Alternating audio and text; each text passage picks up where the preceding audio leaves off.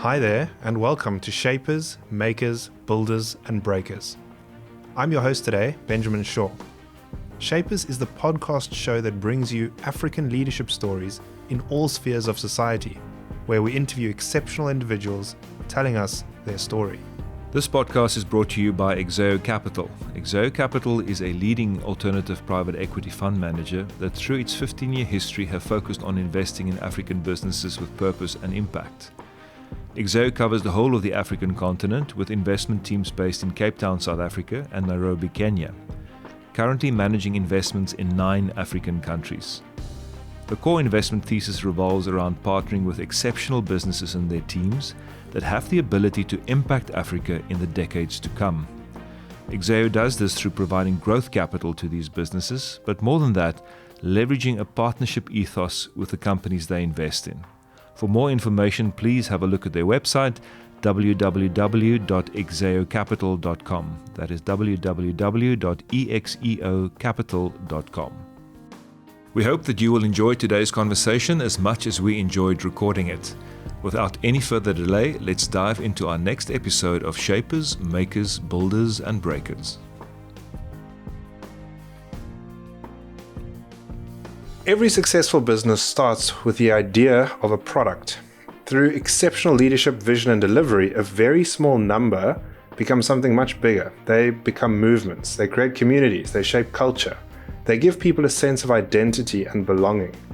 And that transformation doesn't happen by accident. It happens when a founder understands that what they're really building isn't just a company, but it's a cause that people want to be part of. It's a story to be included into. And Sheldon is here to tell that story. He's the founder and the CEO of Legends Barber, a brand that has grown from a single chair in Eldorado Park to a 70-plus store chain of barbershops. It's across 4 African countries, and his service has created entrepreneurs, restored confidence in many, and built and taken a few opportunities along the way. So today, we're exploring what it takes to turn a business into such a movement and why these strong brands don't just change markets, they're actually changing people. Sheldon, welcome to Shapers. Thanks so much for your time. Thank you so much for having me on your show, Benjamin. I'm looking forward to it. It's great to see you and meet you. Maybe take us back from the start. There's a lot that's been written about you. There's quite a lot of articles that people will be familiar with you and your brand. But before Legends became a movement, I would imagine there was a young man cutting hair in Eldorado Park. What were the early years like? What happened to shape the leader you've become today? Yeah, no, my journey started at the age of 14 years old. And I basically fell into barbering by visiting different barbers in my community and basically seeing what they're doing and mimicking their skills, coming back home and trying to practice those methods. And sometimes these barbers would chase me away. And I'll just return with a bottle of Corona as a bribe for my next lesson. That was the best way for me to learn something I love at the age of 14 years old. So fast forward, my cousin had an internet cafe in Eldorado Park, so I asked him if we could make use of his stoop to make a pop-up barber. At the time I was working, but I always dreamed of being a full-time barber. And I can remember starting out one Saturday only having a clipper and a chair, nothing else. And when I started out, people came out in numbers, wondering what makes me so special compared to the barber that's right across the road from me, somebody that has been in the barbering game for much longer. So putting my investigation skill to the test, I then went across the road and went to see what that barber is doing. I then realized that it was much more of a monetary transaction. So I cut your head down, next customer. And when somebody came to come sit on my chair, I would make reference to the conversation that we had previously. You see, I had a notebook and a pen. I used to write down the name of the person. Say, I'm cutting Benjamin today. I write down Benjamin and the conversation we had, just a brief summary of the conversation. And next time Benjamin would come sit on a chair, let's just make reference to that conversation. Simple as it sounds, that was my unique selling proposition at the time. Using it as a way to constantly build my customer base, I then realized that I needed to start getting a shop. So down the road from where the stoop was, there was a vacant space that was available. So I approached the landlord and asked him if I could make use of the space to do a barbershop. So he looked at me and he said, Sheldon, you know what, we don't do any leases here, but the agreement is this, make sure that you pay my rent the end of the month, and that's it. So we went on, and at that time, I got a partner, and basically we shook hands and we said, you know what, we're going to become partners. We then gathered guys from the community, teaching them on how to cut hair from basically on our quiet days, which was Tuesdays and Wednesdays. We then took them to the old age home, to the schools, and gave them an opportunity to practice, but also to give free haircuts and impact the community. What came about that was so significant was that why don't we name the barbershop after old people, because they are actually the legends of our community. And that's the reason it's called Legends Barbershop. I think that's a brand story and a formation story in one. Yes. Sheldon, you mentioned a couple of things there that I'm quite curious about. The one was your technique of making it relational rather than transactional. You mentioned that actually acquired customers. I know we're diving straight into business here, but it's fascinating because I've always thought of relationships as being good for retention of customers. How was it that new customers came to find out about you in that way? The early days was much more in Facebook marketing, where I had anyone that was in my geographic, I knew on Facebook, and I said, I'm going to befriend everyone. So, this friend request, and you just click add friend. And once they started adding me, I would then drop them a message, and I would drop them a message to say, what, please do come check me out. I've done this like for hundreds of people. And every time I get the notification that it's their birthday, I would then drop them a message to say, what, come through and come get the discount haircut, especially for new people that has never experienced me before. So that was I think like Facebook was still quite new back then, and Facebook was the only platform that we could even market to our audience. So I mean, that's really a great example of where you're taking that relational element forward. Even before they're clients of yours, you knew their birthday and you were making friends on Facebook, which, as you say, was definitely a growth engine at the time. You mentioned, or I've mentioned, and you've said Eldorado Park. For those unfamiliar with Eldorado Park, maybe you could just give us the context of your upbringing. What opportunities were around you at the time, and where do you see that as part of your journey now, looking back? Yeah, Eldorado Park is a community that has a lot of narratives around it. There's a lot of things that people speak around Eldorado Park. And I'm sure one of the things that comes to mind when you think about the community is gangsterism, violence, drug abuse.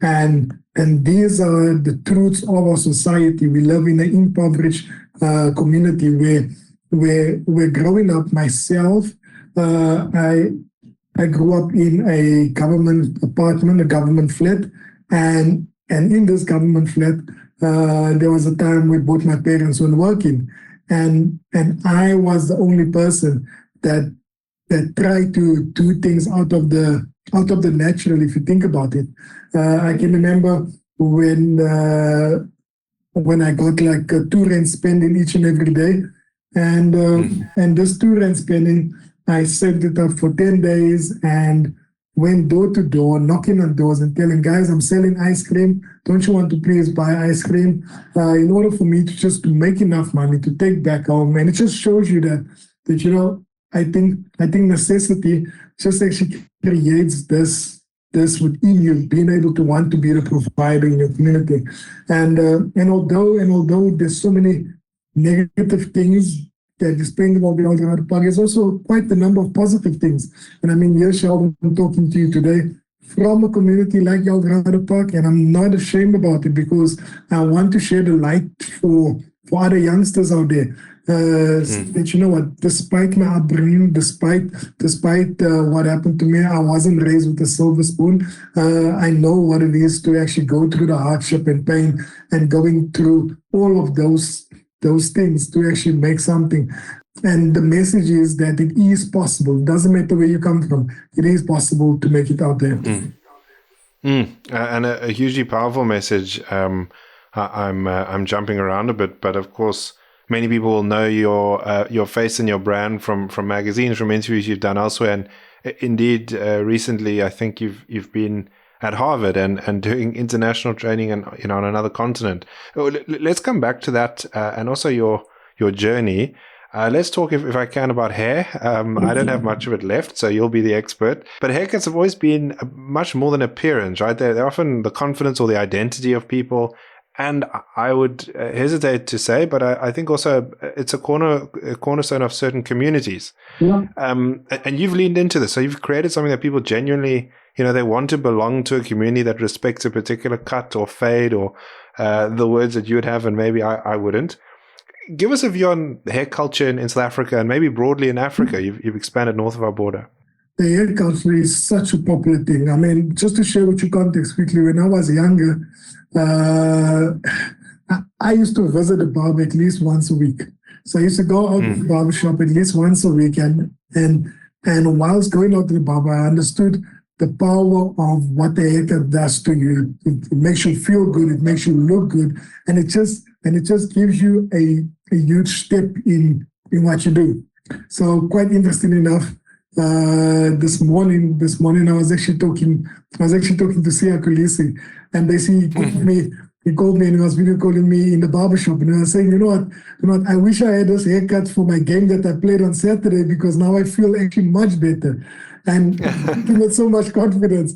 And I think that's the power of a haircut. That's the power of basically somebody that it doesn't matter where you are in your journey, a haircut can change the way you feel about yourself. And what sort of changes do you see different communities or demographics or nationalities? I mean, hair is not universal, and of course, it has traditionally, barbershops, hairdressers, and salons have been treated quite differently as well.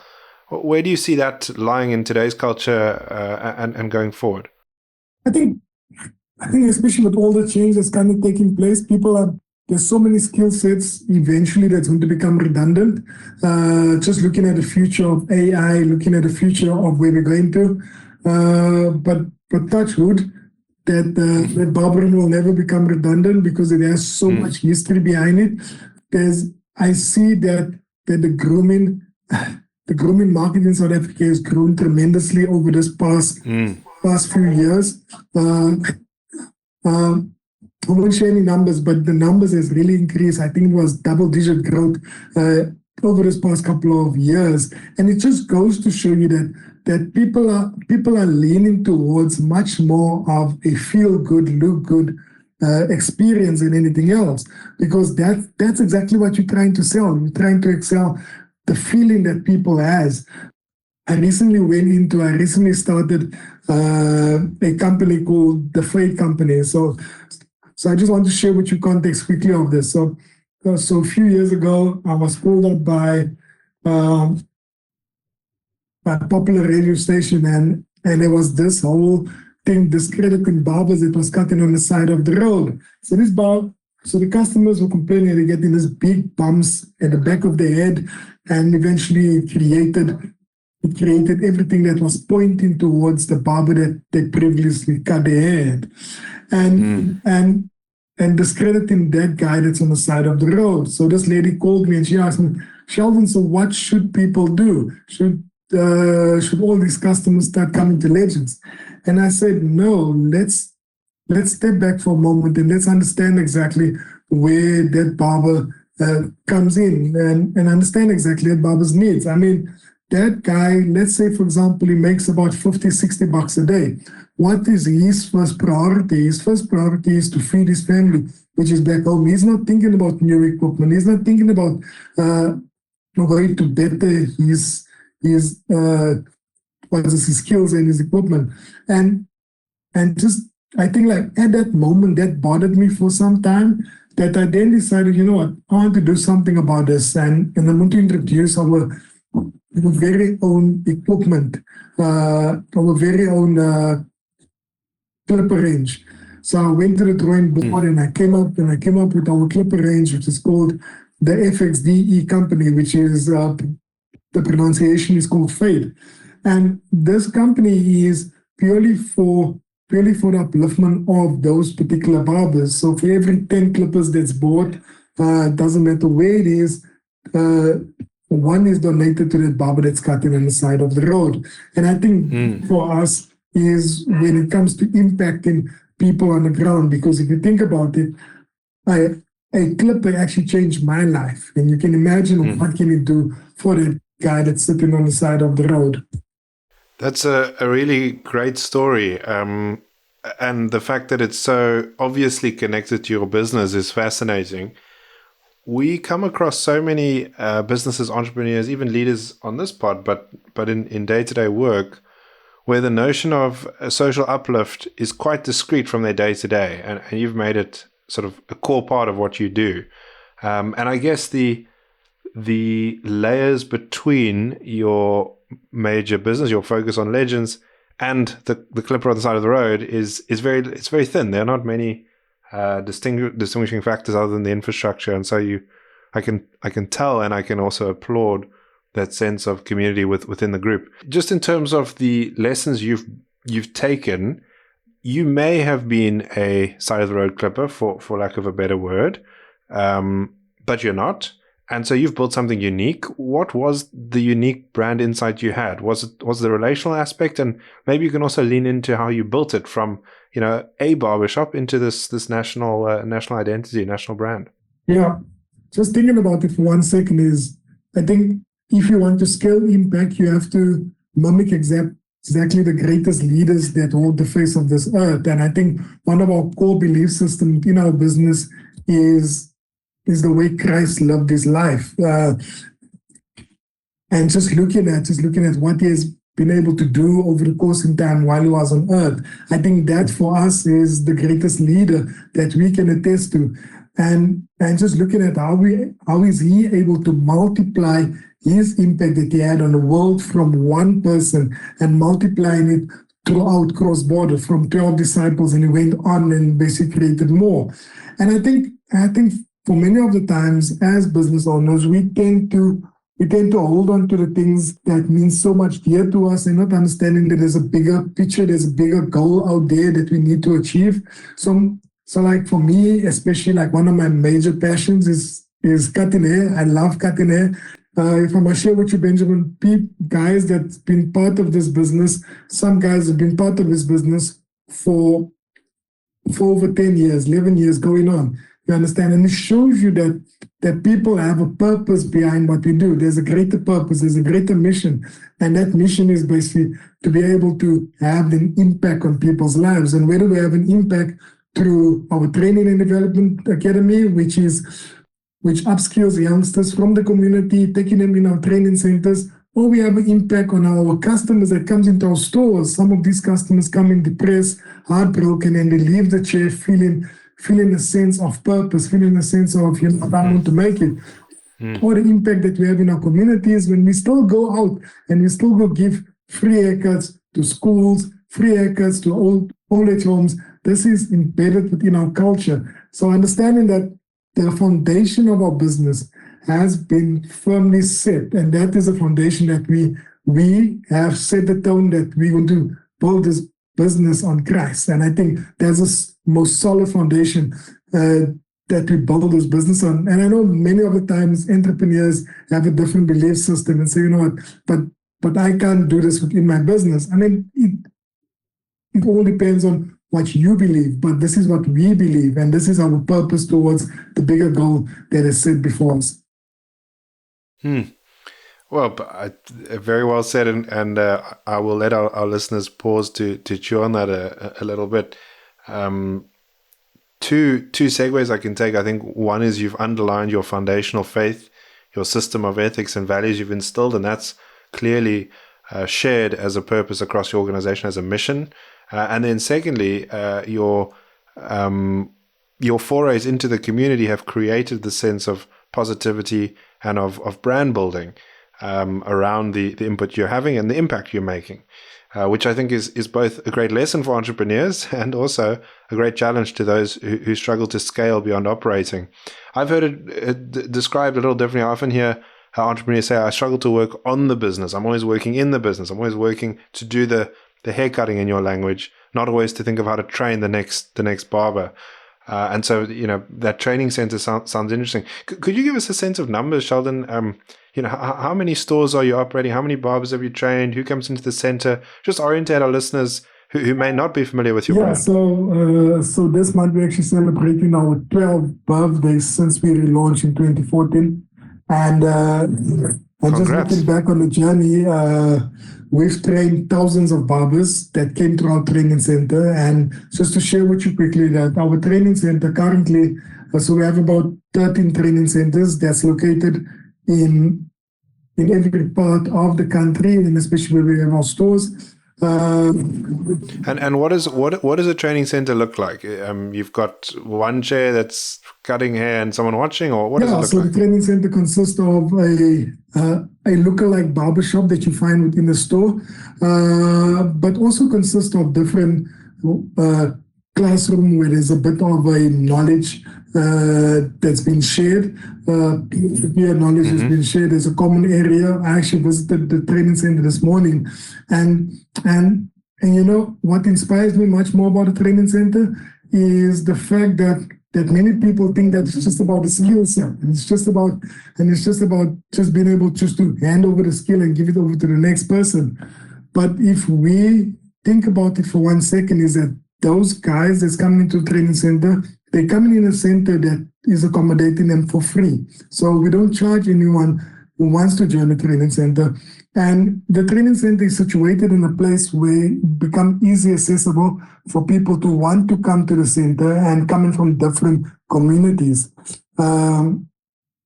So while I was at the training center this morning, we were talking about basically just understanding exactly who are we as a business, and the guys were actually sharing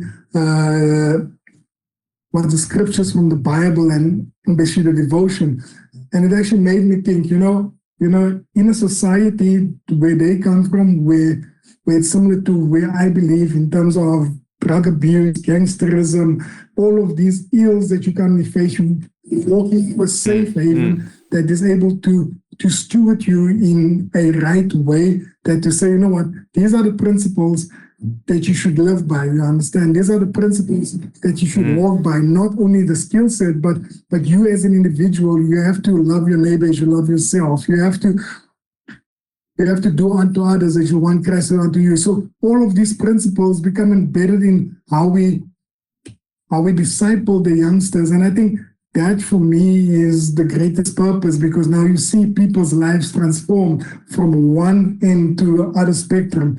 And I think the reason I'm talking with so much passion, because this is exactly what our country needs. Our country really needs this. Our country needs, in a country where youth unemployment is standing at a staggering 68-70%, the youth have no hope. There's no hope for the youth to actually go into a space and say, I'm going to actually become something with my life, and free willingly. And now you find that they delve into certain areas. And I honestly feel that as business, that's where impact comes in. So impact is like, let's make a difference in the community. Let's have a bigger cause behind what we do. And that's, you're talking about impact there in terms of your reach and also your training. I think that the point on educating our youth and providing opportunity it should not be understated. I think that in and of itself would be a massive success. But you're also making an impact for those who now have jobs, who you can employ, who have employable skills. I listened to a talk recently where they talk not about the youth being unemployed, but the youth being unemployable. And that's a far bigger problem certainly in South Africa, one that through academies like yours, we're able to address, and how good it is that private sector is doing that in the ways, shapes and forms of people like yourself. And I think a great lesson, as you said, that other businesses can carry into other sectors and build into communities. And you've obviously spent a lot of time. Sorry, go ahead. I just wanted to add something quickly. So we have this kind of problem within our society, and especially I don't blame corporates for not wanting to employ the youth. You understand? I don't blame anyone for wanting not wanting to do this, because one thing that we definitely have a skills shortage within our country. We have a skills shortage where corporates say, you know what, I need to find somebody to do this particular work, you understand, or whether it is plumbing, welding, whatever it is, you understand. And then they tend to look for skill set elsewhere because they are unable to find it locally. So these guys, whether they're going to neighboring African countries or whether they're going to China or wherever it is, just to get that skill set to come into, because they're thinking about the business. And I honestly feel that once we start upskilling our youth, we won't close the gap in between, because that gap will continually remain. We'll find the unemployment gap will still remain as it is. Right now, these people are just complying for the BE points. And I honestly feel that it's basically a disaster that's just waiting to happen. I think you'll find many people agreeing with you, certainly at that conclusion, and it's been a disaster waiting to happen for a while. Let's change tack a little bit. You recently traveled to North America. As far as I know, that was to study. You might correct me. But what was your experience there? For all of Africa's problems, we don't always talk about how difficult the rest of the world is. So I'm curious to know what you thought of your experience, and maybe you can tell us a bit about where it was you studied, which is a name familiar to some. Yes, I actually visited Harvard Business School and enrolled myself last year into Harvard Business School. It's one particular program which is quite sought after. So basically, how it works is that you put your name down, and based on certain criteria that you need to meet, they're able to select you accordingly. And I was selected out of X amount of people, and basically you attend this course. And what happens in this particular course is called the OPM, Owner Presidential's Management Course, and it's not similar to an MBA, because MBA is much more for basically the guy that's not in business, it's going into business. This particular program is much more for business people that are quite seasoned in their business. I just want to share this with you quickly. So I'm sitting in class, and while sitting in class, this guy asked me what I'm doing, and basically I posed a question back to him, and I was like, "What do you do?" And I was like, "You know what? I actually own a bank in Spain that's in the top 5 or whatever it is." Wow. So I own one of the banks in Spain, and he looks back at me and he was like, "Okay, Sheldon, what do you do?" So I own a barber shop in South Africa, and that's what I told him. Amazing. But it just goes to show the caliber of people that you meet, the type of people that you relate with. It's truly incredible. And I think like that's the value that I can take out of it, besides all of the lessons that we've learned. I mean, like Harvard, they keep you busy consistently, like 6 days straight, full on. You wake up in the morning and you start your practice. You go to your case studies, which could be like 3 to 4 case studies per day. And you start actually 7:30 in the morning and you finish like 5 to 6 in the evening. And this is consistently for 3 weeks straight. And I think like during that time, I've never read so much in my life. I mean, like I love books, I like reading, but I've never read so much. And they prepare you, and basically they shift your thinking in such a way to not only think of things in one dimensional, but look at things in a different dimensional format. Because there's honestly no right and wrong answer. It's just a matter of how you're able to conclude on certain perspectives that people might have. To what extent did you walk away from that thinking that the theory was valuable, given that, as you said, you've had decades of practice actually building the business?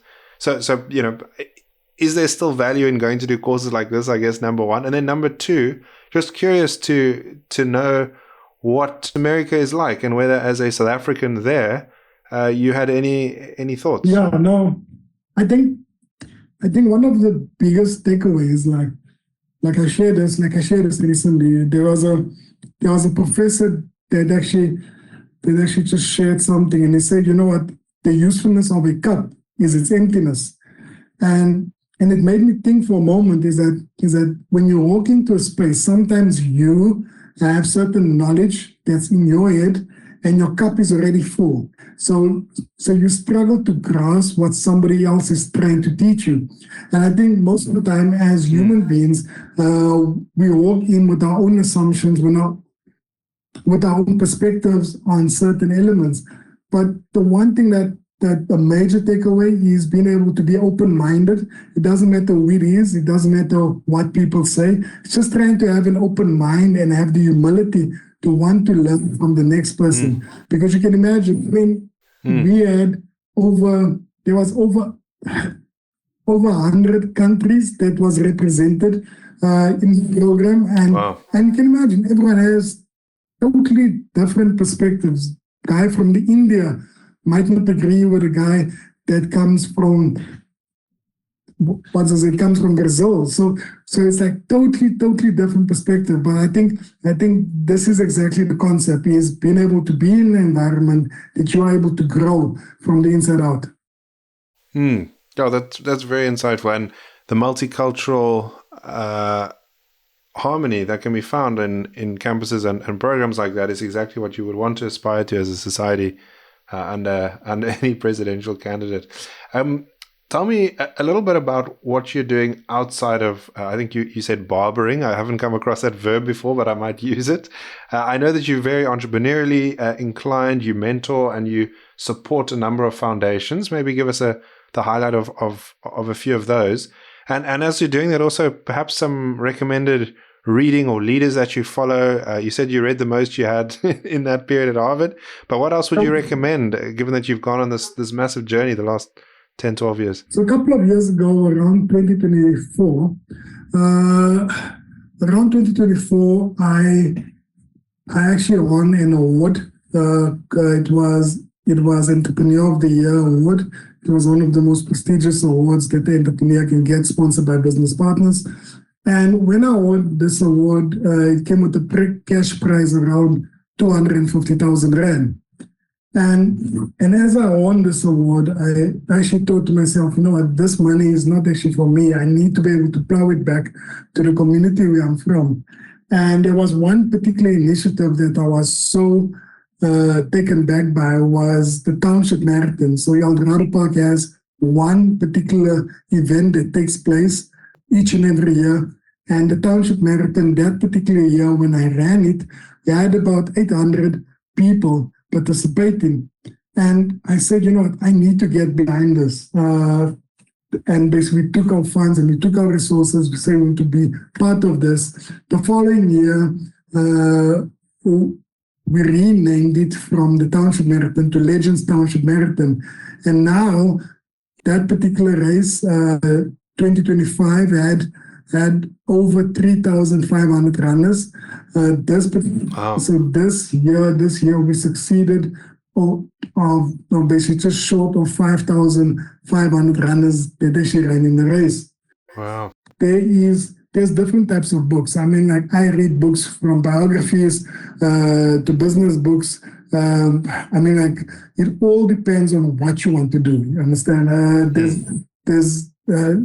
There's certain methods that you can take from and you can apply in your daily life. If you're an upcoming entrepreneur, read the E-Myth Revisited. The E-Myth Revisited by Eric Garber is such a phenomenal book, especially for if you're looking to scale your business from one store to a number of stores. The E-Myth Revisited will be able to explain to you on how you do this. There's books on basically entrepreneurship, the EOS system. I'm not sure if you're familiar with that. It's by Traction. Traction is also an amazing book. And basically, and you go through these books and you say, you know what is there that I can actually take out of these particular lessons and apply it on my daily? Well, those books are great. I think actually I'm 3 for 3. I think I've read all three of those, which is good. I also think your theme there is, can you find books with lessons you can apply for your stage of life or stage of business? And I think that's such a good way to evaluate the books you're going to read and invest time and effort into. And hopefully the people listening to this podcast doing the same. investing into such quality content. Let's go back to Legends. It's an unmistakably African brand. I would go so far even to say that it's demographically centered. You've probably got particular cuts or particular barber shops that target communities, as you say, that it would be hard to copy elsewhere. What do you think African entrepreneurs understand about building sort of community brands that international guys don't? What makes it unique that someone from Eldorado Park could build an Eldorado Park barbershop? I think one of it is understanding the community. And the reason I say so, that the community plays such a massive role within your business. And most of the time we tend to underrate it as a big corporate. As a big corporate, you're looking at this and you're like, how does a barbershop actually make become a scaling business and basically being able to scale X amount of stores across X amount of locations? And quite interesting enough, there's been numerous of methods that we've done, but I think as the community, the people from the community being able to reinvest within that people and understanding that those are the people that's going to run with this business and make it a success. Because there's one thing that we invested was our training development academy, which from a business point of view, Benjamin, if you think about it for one moment, are you able to let go of X amount of your revenue from your profit company and plow it into a cost center that's just eating up your cash reserves, and there's 50 to 60% chance of those learners coming out skilled barbers that will actually work within your organization. I think from a business model point of view, I've been to Harvard, and that is not the best way to scale your business. But let me tell you that's actually the way that I scaled my business, and understanding exactly investing in people is exactly what we need to do. I think for the most part of it, everyone is looking for a quick solution. Everyone is looking for AI solutions. Yes, those things are really great. But if you're willing and able to invest in your people, that is going to be the heartbeat of your business. And doesn't matter if one day you're no longer here, that your people will still continue to run your business. Yeah, that's really such a powerful insight. And particularly, you've mentioned AI now a couple of times in our conversation, particularly in the age of AI, where it is looked at as an enigma and as a huge disruptor. And yet, the stats I looked at most recently show that AI enablement is going to create new jobs. It's not going to take everything away. It's more a question of us retooling, upskilling, than being replaced. I think now it's like, I think in all honesty, I think now AI is actually making small businesses much more viable. If you more think competitive, about if you think about it for 1 second, I mean, I was looking at so I have a lot of AI applications and I go through all of them, and it's making it so much easier for you to scale your business as a small business owner. You are able to compete with anyone out there if you have the right tools necessary at a minimum cost. I think that's a great takeaway and something I think will give listeners a lot of heart. I think also the training and development that you're putting in through your training academy is in some ways similar to the training and development that can happen through AI, through tools, through chat interfaces, if people are able to access the resource and actually learn how best to use it. And I don't see that as a bad thing. I think it's a really great accelerant to most motivated young people. I've got a couple more questions. One, I want to put it to you that it used to be the case that you would almost assess a neighborhood by the ratio of coffee shops to barber shops, and typically the more coffee shops, the sort of the nicer or more secure neighborhood. You've done quite a lot to transform that brand image. Where do you see the Legends brand go next? How are you looking to position it in continuing your growth? Just looking at Horizon, I think we're much more excited about what's currently going to take place in the future. I honestly feel that the one thing that people don't know about Legends is that Legends is such a culture-driven business. If you look at the culture of Legends derives from the youth that are in schools, that are the youth that is in there that actually drives this business. So, for example, we recently opened a store in St. Stithians in Stanton, which is a private school, and we're actually looking at these type of opportunities to actually drive that behavior, because if you're able to capture an audience from a very young age, you're able to capture them for the rest of their life. And it's exactly the same model when, like China, for example, like China, if we don't know that China wasn't a coffee drinking nation up until Nestle decided to make coffee sweets to the kids and basically give coffee sweets to the kids, and guess what happens? They grew up and basically they crave that taste of that, you understand, and understood exactly why they're going after. So I think this is exactly the future of Legends. So can I just want to just double click on that. So I think that's fascinating. What I'm taking from what you're saying, you correct me if I've got it wrong, but your sense of the identity or the blurring of identity between cultural identity and the experience in a barbershop is so acute that if you find different communities of significance, whether that's a private school or a township on a street barber in a township, that sense of community, so long as it's there, you can capture it and work with it and cultivate it, in your shop. Yeah, that's exactly what it's leaning towards, because if for us, it's the opportunity that is so untapped, because many of the times people are always looking at these big campaigns, trying to target the people that has money. But think about the longevity of your business. If you're able to actually get the attention span of a youngster that is still in school, then you have that customer for life, and that customer will be a generational customer. So I think that's exactly the movement that we're taking within our business. I think it makes a lot of sense. I think also I'm very aware of the trend of hyper-personalization, which is taking place across all industries. But in a way, that is what if you're as targeted as a particular school community or particular gated community or whichever other communities, if you're that focused, you will have these pockets of personality that develop in conjunction with the experience they have with you. And of course, who wouldn't want to maintain their youth into their adult life? What a great angle to take.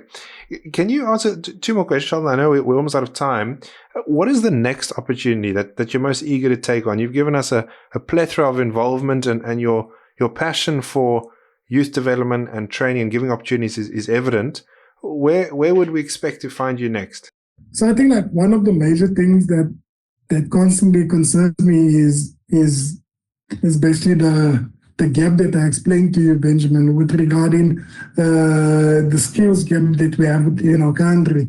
And it's really something that I would like to personally look into, you understand, besides just having a skills gap for barbering. We're looking at there's so many skills opportunities. I mean, like, I speak to beauticians, I speak to hairdressers, I speak to all of these guys that owns these salons and beauty parlors, and basically they share the same sentiment. They say, you know what, I know that there's a youth unemployment gap, but I'm struggling to get people, and I don't have skilled people within my space.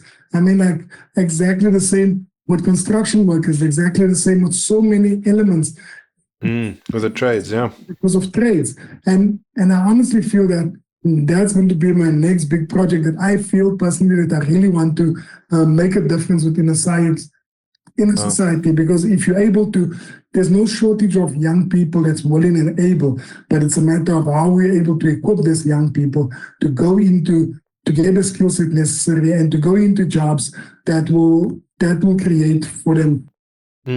Oh, what a great opportunity. And we are, as Exeo, we're partly involved in that through one of our holding companies, looking at trade schools, vocational skills, higher education. What a joy to be, hopefully, a small part of that solution. Finally, give our listeners a bit of details. Where can they contact you? Where can they follow you? Are they able to be in touch and learn a bit more, perhaps, about Legends and your story? Yeah. So the business is quite active on social media. You will find that Legends Barbershop on Facebook and on Instagram. and on TikTok as well. I'm quite active on two platforms, which is Instagram and LinkedIn. I think LinkedIn primarily, where people can just drop me a DM and we'll definitely get engaged with them in terms of any opportunities that they'd like to endeavor. That's wonderful. Are you still sending out friend messages like you used to? No, unfortunately not. They're wonderful. Sheldon, thank you so much for your time with us today. It's been a real pleasure. And I wish you really, really well for this year and all that's ahead. South Africa needs it. And Thank you so much. Thank you so much, Ben. And thanks a lot for having me on your podcast. Thank you for listening to this episode of Shapers, Makers, Builders and Breakers. We trust that you've been encouraged by what you've just heard. Subscribe to future episodes and find out more about us at shaperspodcast.co.za. That is shaperspodcast.co.za. well, that's right. Don't forget to subscribe for new episodes and other content. And remember, share any feedback with us. We'd love to hear from you. Find me on Twitter at b_d_shaw